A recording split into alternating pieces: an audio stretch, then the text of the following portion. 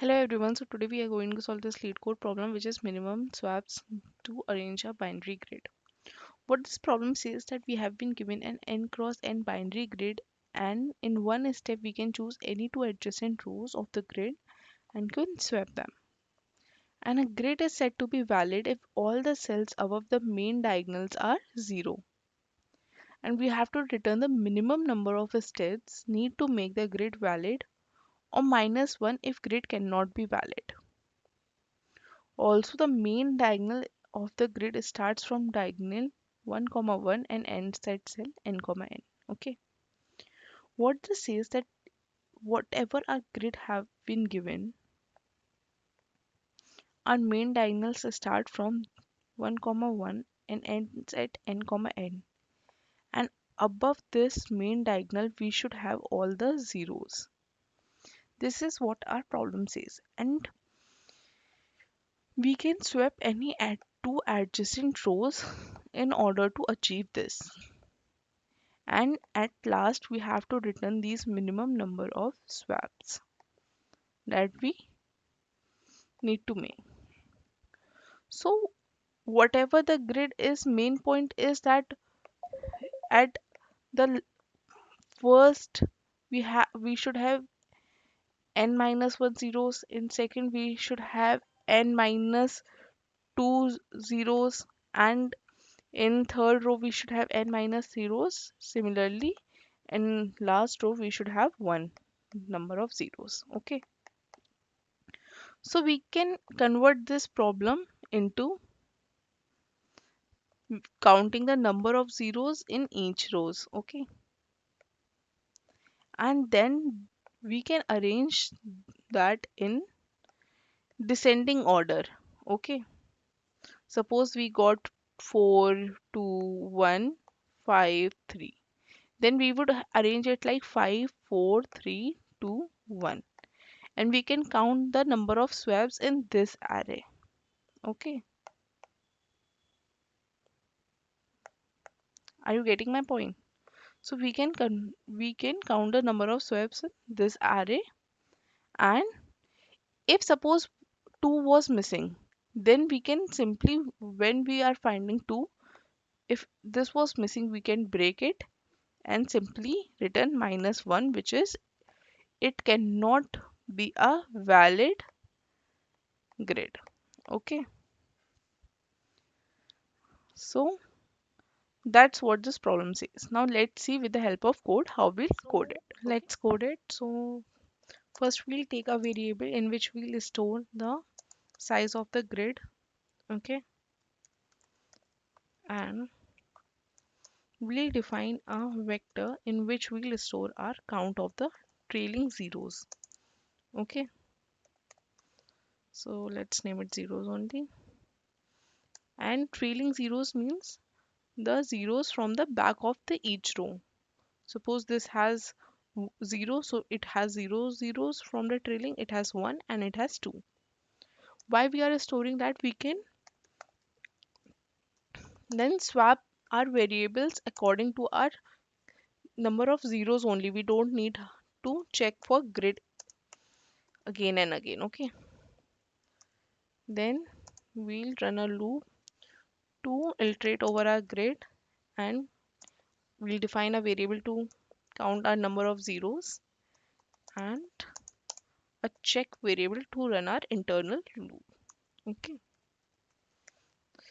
so we'll run till j is greater than equal to 0, and our grid of I and j should have 0.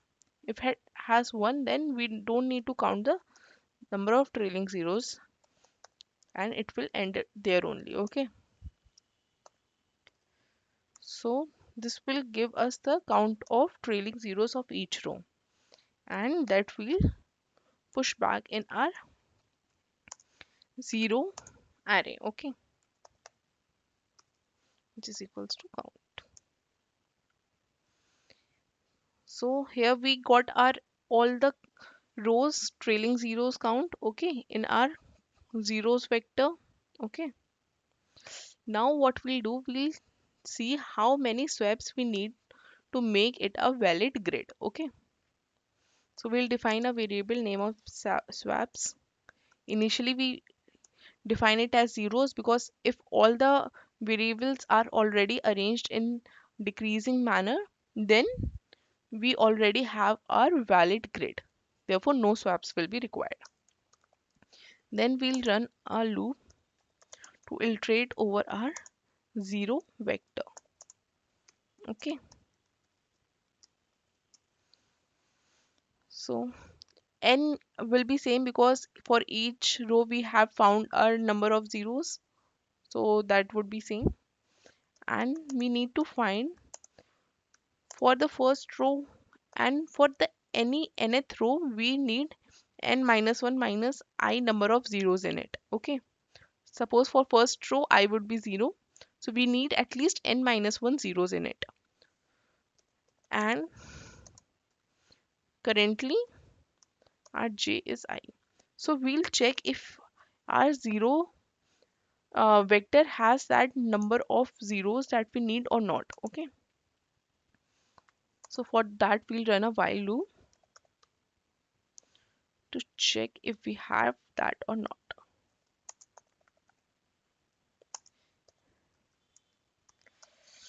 And if we do not have that, then our j would have been gone till n value, and simply we would return minus 1 in that case because we could not find our valid grid number. Else what we'll do, we'll swap and count the number of swaps that we need to make our grid valid. How we'll check it? We'll check the number of zeros of j with j minus 1 because we can swap only two adjacent rows, okay, at a time. So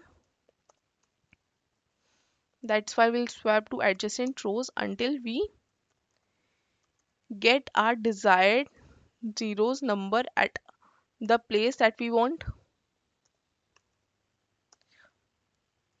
And at last we'll return our swaps variable, which is means number of swaps we return. So let's see what we have done here. First we have defined our grid size and taken a vector in which we'll define the number of trailing zeros. Then what we have done over here, we have counted the number of trailing zeros for the each row and we have stored it in the zeros vector. Then we have defined a variable in which we count the number of swaps. Okay. Then we have iterated over that zero vector and check if we have the number of zeros that we need in any row. If we have, then we have swapped and counted the number of swaps required to make it at the position in which we need it. Else, if we don't have any of the number of zeros which we require for a particular row, we would return minus 1 because we cannot get a valid grid until we have all the number of zeros which we need. Suppose here we don't have number of n minus 1 zeros in any of the row, so we would have written minus 1 in that case. Okay, so let's see by running this loop. uh what is it? Swaps zeros.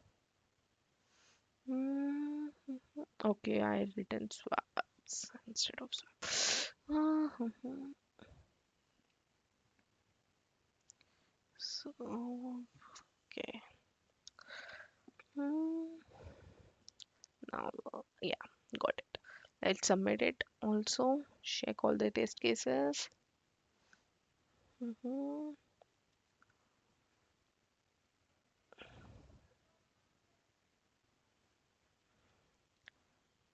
Okay, so means it is submitted. Okay, so that was it. If you have any doubt, just put it in the comment section and keep learning, keep growing. Bye bye.